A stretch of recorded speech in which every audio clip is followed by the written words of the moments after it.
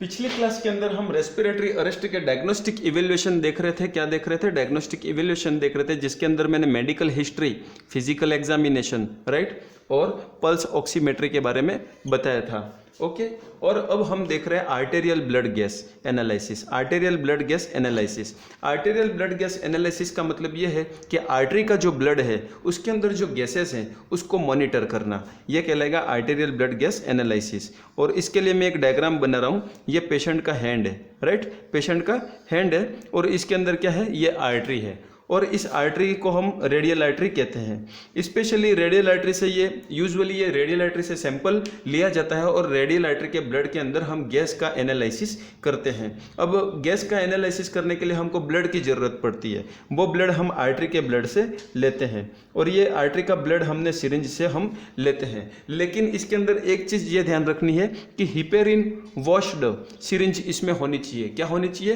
Heparin washed syringe, heparin washed syringe इसके अंदर होनी चाहिए, राइट। एक बार हम क्या करते हैं, सिरिंज को इंसर्ट करने से पहले हिपेरिन लेते हैं और हिपेरिन को वापस उस हिपेरिन की ही वाइल में पुश कर देते हैं। तो सिरिंज में जब हम एक बार हिपेरिन भरते हैं और वापस हिपेरिन को जब हम पुश कर देंगे तो हिपेरिन के कुछ मॉलिक्यूल्स इसमें रह जाते हैं, ठीक है।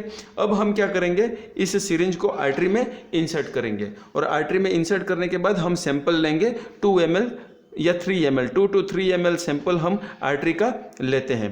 अब ये आर्टरी का 2 to 3 ml हमने जो सैंपल लिया है ये ब्लड है।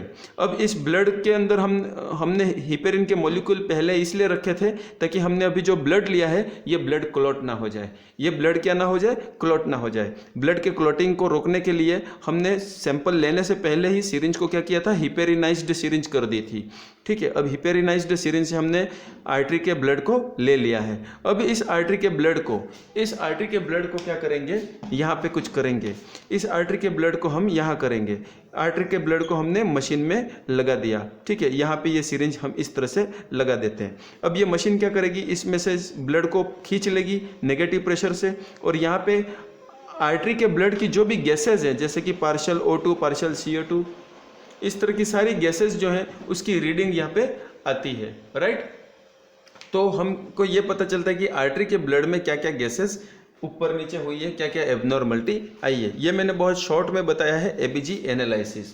तो पहला बताया मेडिकल हिस्ट्री, सेकंड बताया था फिजिकल एग्जामिनेशन, थर्ड बताया था पल्स ऑक्सीमेट्री, फोर्थ बताया था एबीजी एनालिसिस। इसके बाद मैं बता रहा हूँ चेस्ट एक्सरे, राइट। क्या बता रहा हूँ? चेस्ट एक्सरे, ठीक है। चेस्ट एक्सरे के अंदर हम क्या देखते हैं कि आपका जो ये है, राइट, चेस्ट है, चेस्ट के अंदर ये स्टर्नम, रिब्स वगैरह और ये लंग्स हो गए। और यदि रेस्पिरेटरी अरेस्ट के कारण से कोई टिश्यू डैमेज या कोई ट्यूमर फॉर्मेशन, कोई ऑब्स्ट्रक्शन, बोन का फ्रैक्चर होना, स्पाइनल इंजरी वगैरह, उन सारी चीज़ों को जो भी हमने इटियोलॉजी में चीज़ें लिखी थी, उन चीज़ों में जो भी चीज़ें एक्सरे से हमको दिखती हैं उन चीज़ों के लिए हम एक्सरे एडवाइस करते हैं, राइट। तो इस तरह से ये हो गया चेस्ट एक्सरे। इसके बाद मैंने एक चीज़ और बताई कि जो लंग्स है, लंग्स और हार्ट दोनों है एक दूसरे पे डिपेंडेंट है। हार्ट अच्छे से पंप करेगा तो लंग्स को अच्छे से ब्लड मिलेगा, लंग अच्छे से फंक्शन करेंगे तो हार्ट को अच्छे से ऑक्सीजन मिलेगी, ठीक है। यदि लंग्स यदि फेल होते हैं तो इसका कारण हार्ट भी हो सकता है ना, इसका कारण हार्ट भी हो सकता है, या फिर लंग्स फेल होते हैं तो उसके कारण भी हार्ट फेल हो सकता है, ठीक है। तो यहाँ पे आपका जो ECG वगैरह किया जाएगा। लंग्स के लिए तो हम लंग फंक्शन टेस्ट करते हैं, लेकिन हार्ट के लिए हम ECG भी यहाँ पर करते हैं। तो रेस्पिरेटरी अरेस्ट वाले पेशेंट के अंदर ECG भी एबनॉर्मल आता है।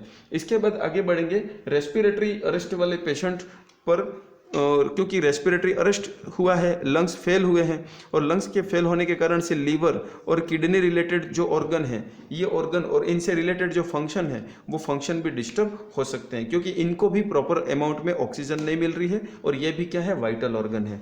और इसी कारण से यहाँ पर रीनल फंक्शन टेस्ट और लीवर फंक्शन टेस्ट भी हम करते हैं। Renal function test to identify the functioning of the kidney and liver function test to know the functioning of the liver के अब किडनी की फंक्शन टेस्ट करने के लिए हम क्या क्या चीज़ें चेक करते हैं, जैसे कि यूरिया, यूरिक एसिड, क्रिएटिनिन, ये चीज़ें चेक करते हैं। और लीवर फंक्शन टेस्ट के लिए हम क्या चेक करेंगे, तो SGOT, SGPT, बिलीरुबिन वगैरह ये चीज़ें हम चेक करेंगे।